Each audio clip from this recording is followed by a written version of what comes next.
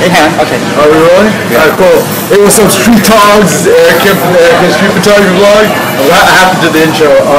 I'm with my buddies. There's Anton right there. There's Sion. And there's James right over here. And Bryce. Right, let me hold this. Peace. This is Bryce, visiting from Australia. Peace. So I wanted to start off this by doing an interview with a guy who has revolutionized photography. Oh, please. With his 5 billion Instagram followers. Yeah. So so just why don't you introduce yourself a little bit to people who are watching. Oh, well, hi. My name is Sion Fullana, and I am a photographer from Spain originally, living in New York for 6 years now. And I guess, I don't know, the thing I'm the most known for is like my street photography using an iPhone that I've been doing since 2008. Street photography / documentary. So let's take a step back. So when did you decide photography was an interesting way of storytelling and getting certain messages across to your viewers? I guess like all my life, like I've been fascinated by the idea of photography. I didn't know like that I could ever have a good eye for it. But originally I was a journalist, then I graduated in film directing, and like when I moved to New York 6 years ago, I started like taking photos with whatever camera I had at the time, and then like as a birthday gift, Anton gave me the iPhone 3G. Oh, what a nice guy! So yeah, he gave me the iPhone 3G like as a birthday gift in 2008, and I started like immediately taking it to the streets and incorporating it to my street photography work. And I started like posting all those images on Flickr initially, and getting like some sort of like rapport of like what was connecting with the audiences or not, of like and to me, like as you said, like it's a good way to like tell stories of like what's happening in the city. And I always say like that I came to New York first when I was 16, visited for the first time, fell in love with the city, and promised that one day when I grew up I would end up living here. So in a way, I like to say that with my photo work, I tried to like sing a love song to New York City and share it with the world.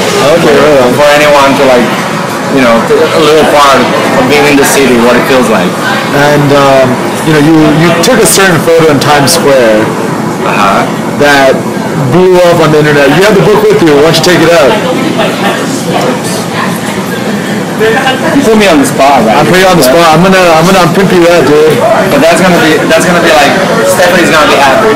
Okay. So this is a book called Lens on Life, entering your world through photography. So it's a book on documentary photography. Yeah, by Stephanie Roberts. Okay. And I've been featured in a chapter called Get Inside the Mind of a Documentary Photographer. Okay. And there's a chapter with some of my images. Oh yeah, let's see that. Sion, what's up, baby? These are like iPhone images here, but like the photo you were talking about, which is not iPhone, was this here. And today is one of my most iconic shots, I guess. Yeah. Because we were in Times Square the night that Obama won the election in 2008, and I saw this couple like kissing, and I couldn't help, but like celebrating like the passion of the historic night, of course, whatever. So I snapped the shot, and then when I look at the viewfinder of my camera, I realized like, oh, this has I didn't know iconic, but I was like, it has potential to be like a beautiful photo. Yeah. So I thought if this was me, I would like to know and have this photo. So I approached them and asked if I could take their portrait. And they posed for me with the flags or whatever. Oh, yes. So when I realized they were nice people, I said to them, by the way, when we were kissing before, I took this photo to them. Oh, They were like in love with the image. Oh, really? That's great. Yeah. It was fun, and and we exchanged emails, whatever. I sent them the photo. That night, I posted that photo on my Flickr. Yes. With like, I don't know, 15 more of like the best of the night that I had taken. Yeah. And the morning after, my Flickr was blowing up. And I didn't know why. 2 weeks later, I understood finally. Like, I found out that NBCNewYork.com did an article the morning after the election, said what is being said about like Obama's victory or the election, and a paragraph was linking to my image and comparing it to Eisenhower's like famous keys on Times Square and the world too. And I was like, wow, it was like, well, I mean, considering that was like at that time probably like 5 months in, like being more serious into photography, it was kind of like a humbling experience. So would you consider that one of the life or the defining moments in your photography career so far? Definitely, like, well, probably like about everything that came after started, because my photo work started. This was like a big moment, and then soon after, I was also like putting like all my iPhone work for a few months, and I got contacted by the back then photo editor of Time Out New York. Oh wow, yeah. And saying that they had seen my iPhone work in Flickr and they loved it, and like we had a meeting and I did some collaborations with them, and I ended up taking the cover photo for Time Out, like for their singles issue, like just a month after that. So it was pretty cool. And ever since, it's been a long road, I guess. Hey, so tell us that funny story about because I'm sure. Well, some of the feelings I get is that if you're a photographer taking photos with the iPhone, they're like, oh, you shoot with an iPhone, a real photographer wants to get a real camera. Tell us that one funny story that you share with us. Let me find like something. Well, very quick. Okay. I don't remember the order, but I'll find it in a second. Okay. So we went to the Leica Gallery here in New York. There we go. To a retrospective of this man here, John Longard, which happens to be in the same book, that I'm featured now. And he has stunning work. Like, he's very, very famous for like his portrait work, especially. So we were there with our friend Tim Cadman, like another street photographer here in New York, and I was showing him on my iPhone a photo of another man that was there in the exhibit with his Leica that I had taken 2 years prior in Times Square. And I was like, oh, this is the man in my photo. And I was showing him this, and this other old man that was like just standing nearby shows up to me with like a big, almost the size of the book, a big cardboard that had like a phone like drawn on there, and a text that said, just because your phone takes photos doesn't mean you're a photographer. Oh! Flash the cardboard. Oh my god. Like, what a douchebag. And I was like, wow. So what do you have to say to people who have that same mentality? I mean, like, the joke, I thought like later that night, the joke was on him, because at that point we were there seeing the exhibit of Mr. Longard, and I knew already that he was in the book that I was about to be featured in, and I was like, well, precisely, you're here tonight to see this, this man's photos, and I'm in the book with him just because I take photos with my phone. So I don't know. I mean, as we always say, like in different situations or whatever, like it's not regarding of the snobbery like that it's often in the photo world right now. It's not about the tool, it's what you have to say and the story you have to tell, and what do you decide to like show or capture with the tool that you have. So tell us a little bit more about your history with the Mobile Photo Group. Well, Mobile Photo Group, the very like essence happened, I think it was 2010 here in New York. There was a mobile photo exhibit with the guys from Sion from Berlin. Yes. And you know, like there were images featured by some of us. I mean, I helped curate like a section within the exhibit called New York Local Heroes, whatever, with like New York people that were shooting mobile. And and Anton's work was exhibited too. There was some Anton. There was some work by like Misha Baranovich, Dominic Jost from Switzerland, Greg Schmiegel, and like with this bunch of guys, like we had talked for a while to like, we should create like, I don't know, like a group and work together and like take some photos and try to push this mobile thing. And originally, like it was called like the idea of the project was called the Babel group because of like the multiple countries and languages. But it was hard for like anyone to like carry it on and like decide like what are we gonna do and what is it gonna be like, whatever. So nothing was happening for a while, and then all of a sudden, like one day we walk out with an email by Greg Schmiegel saying, "Hey, let's do this. I mean, I approached like a bunch of people. Let's do this group. What do you think?" And and it included like the original 12 people, and we said yes. And that's how it started. And so now, how long have you guys been in existence? Mobile photo group since June of 2011. Okay. Like that's when kind of we came together. Oh, okay. And ever since then we lost 2 members, but incorporated like 2 more. 3. Oh my God. 3 more. I Benchia, like Kochi and Taylor Case. Yes. And the plan is to like incorporate at least 2 more editions every year. And so what, for you, what are your aspirations within the group, and what do you hope that the group, achieves through the collective? I guess like, in the group dynamic, like we keep talking about it like every day almost, like talking about like what the purpose is, what our best way of like doing it is. Yes. But deep down is to legitimize in a way like the use of like the mobile device that we've been using and all of us have come to be known for as a perfectly capable and legitimate device to like tell stories and create images that are like of artistic value and totally like I guess like most of us like or many of us in the group have like incorporated like the mobile element, like shooting with an iPhone or even some other phones some of us have tried, incorporated into like documentary work or photojournalism, even like some fashion related stuff. So, in a way, like obviously like shooting with a mobile device has its limitations, but it also has like tons of advantages. And when you learn to like make the most out of like the tool in your hands, there's no limit of what you can achieve with it. So let's say you shot. So you got a new Panasonic. Recently, like this last few weeks, I've been part of like a gig for Panasonic Lumix. Yes.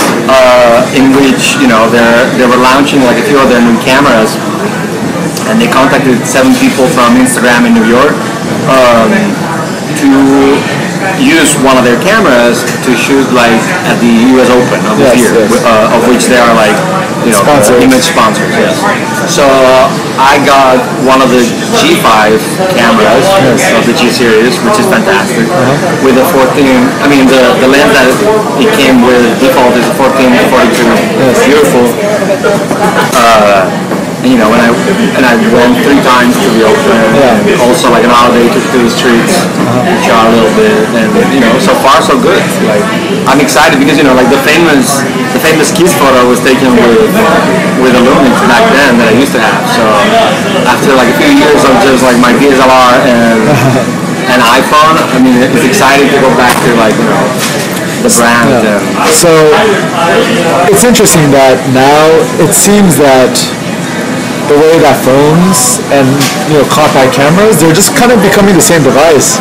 Are you familiar with that new Samsung phone camera? Have you seen that? Is it Samsung or? It's Samsung made. They made an Android. Smartphone that's literally a camera bolted onto the back of a cell phone, smartphone. True. And so I think it's going more towards that they're becoming the same device, and so where do you think that it's heading? Not to me. We discussed this within the mobile phone too. Whether where does that bring us as a group too? Whatever.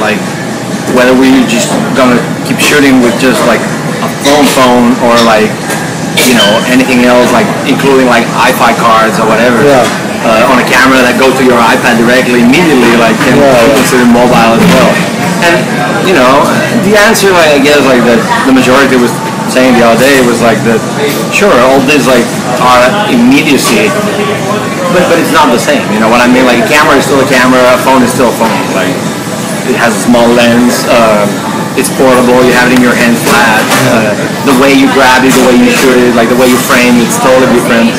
And also, I guess some of these cameras, they have the immediacy that you can upload directly to Instagram or somewhere else or whatever through the camera itself. But I'm not gonna grab something that is this, and be editing this. I want the comfort of putting it in my hands or putting this table. So do you have? Can you show us your phone, and how do you hold your phone when you're taking photos, and what battery charger is that? And I have a battery charger because between the shooting and some of the apps I use that use location services, they kill the battery in a minute. So I need. So which one are you using right now? This one. What's it called? It's kind of shameful to show you this because the top part is broken. Oh, I thought that was the style. No. But all you need is the bottom part, which is the battery itself. But it's called Nutrient. This one.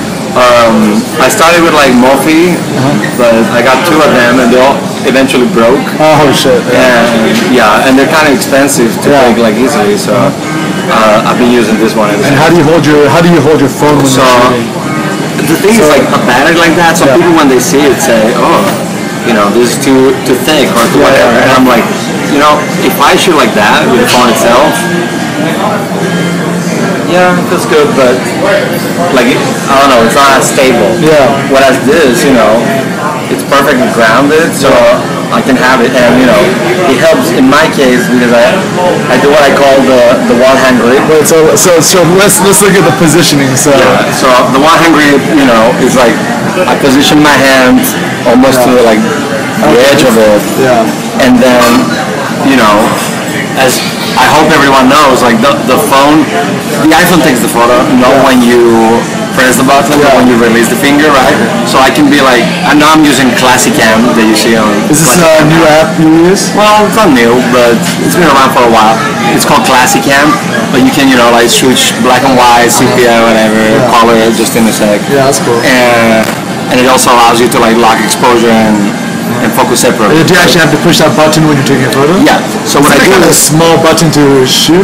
Yeah, well, it's this green thing. But what I do, is I grab the camera with one hand, keep the thumb on the shutter button, and then I'm going on the street like this.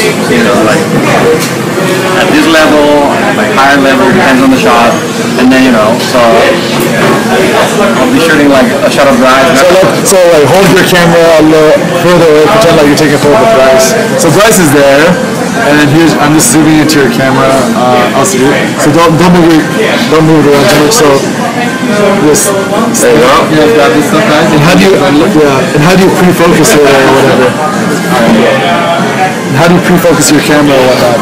Well, with apps Pro Camera or Camera Plus, you pinch and separate you have a circle and a square for focus and exposure. With Pro Camera, with Classic Cam, you don't have that. What you do is tap. You tap, tap on the screen, whatever you want. Like right now I'm tapping on Bryce's face, and then do the start for exposure lock or the F for focus lock. Or, I can, let's say, look, for example here, I'm gonna tap here and focus on the, see you like a focus? Can you get it? Yeah, I can get it. Yeah. So from behind, it's pretty that's pretty possible. And So, Sion, how many followers do you have on Instagram right now? Like that's a funny question and a very long one to answer. Right now I'm 68,000 something. Yes. And many people, are like, oh, you're a celebrity. How do you have that money? I mean, let me tell you something, and everyone, like, the number of followings on Instagram doesn't mean like anything much, and just because like the only reason like both Anton, who's at 78,000, and me, that I'm at 68 now. Oh man, what are you doing? No, he hasn't run up on you. Throwing stones. Oh man, you're shedding followers, man. We're like we gotta tell the truth. Like I don't mind saying the truth. I mean, I believe in my work and what I do, but I know the reason why those numbers are high, which is that for a while we were put on what was called the suggested user list. Yes. Back in the day when we started on Instagram a few months after, and we were getting hundreds of followers every day. Oh wow, yeah. Which was good in a way because it allows you some perks. Probably like the Panasonic gig wouldn't have happened if it wasn't for my high numbers. Yeah. But at the same time, it changed the experience of like how you deal with the community and you interacting with people, because all of a sudden I wasn't able to see who was following me, to maybe like check their work, follow them. Because the volume was so high. Yeah, and then once like the doors open and everyone came from like the Android and like the Facebook after the purchase. Because of being in that list, everyone by inertia will click follow, when they, when your name appears on people you may want to follow. Of course. And you get all the teenagers, and the spam messages, follow me, check me out, whatever. So after a while, deleting those kind of messages 20 times a day becomes like a pain in the ass. One of the reasons for a while I went private, so no one could follow me unless, I would approve or whatever, because I got tired of that. And ever since, on my peak I used to be like at 73,000, but then I lost like a lot of followers. Because Anton actually stole your followers. Anton stole mine. He actually stole them. Then there's what people call ghost followers, which is people that maybe created the app, followed you, but they never used the app. So kind of ghost followers. Or and maybe like that, those 5,000 I've lost, like in the last, 5 months or whatever. A lot of people might be people who deleted the app and deleted their profiles. I get 5% of whatever you guys make. Hold on. And you just got taxed, man. And so for people who are starting off on or joining Instagram, who are some people you recommend people to follow? Oh my God, they put me on the spotlight here. No pressure, man. No pressure. Don't follow the Anton guy. That guy's awful. Yeah, God. I mean, I don't know. Like I would say, well, in a way, I would say like go to like my profile or Anton and go to like the people we follow. Yeah. And you'll see like some are like friends or whatever. Like so, it's not about the quality of work. But we follow like people that whose work we like or whose message we like. You can follow like mobile photo group. It's called the mobile photo tag, like the mobile photo on Instagram, and you can see like the work of the group there. And just maybe just because he's a good friend, like a mentor, and like so far like after all this time underappreciated on Instagram for what his work should be, I would say to everyone, go follow Giovanni Sabino, whose handle is Magnetic Art, because he's a person with like 30 years of experience in photography and cinematography and whatever, and he he can always like teach us a lesson. Like I keep learning from him every day. And last question. So people who are starting off, with mobile photography and who are especially interested in street photography, what is some advice you would give them? Mobile photography, like I would say like first find like what calls you, you know what I mean? Like a subject that you're passionate about or intrigued about or enchanted with, and shoot that a lot, because the problem is And I've been there myself. I started in 2008, you know, and I always joke, and I had never deleted a single image on my Flickr. So if you go to my Flickr page, you can dig deep in the the archives. oh yeah, in the bad stuff. Like, but I say like it's all past, so I'm not ashamed of it. And one of my first iPhone photos that I posted was some weird flowers. Like I would never have those, you know, but people tend to like say, oh yeah, I got you whatever, anything that moves, anything that goes around. And no, you know, like if you do landscape, if you like portraits, if you like streets, like, or if you like abstract, like try to focus on that for a while and shoot day and night. Like practice makes a huge impact on, you know, the quality your photos will have. All right, right on. Thanks, Sion. And where can people follow you? What is it? Where can people follow you and check out more of your work? Well, my website is Sion Fullana, SionFullana.com. Yeah. And then I'm the same Sion Fullana on Instagram or Flickr or, you know, or check like the mobilephotogroup.com too. Okay. Right on. Thanks a lot, Sion. Thank you for like being here.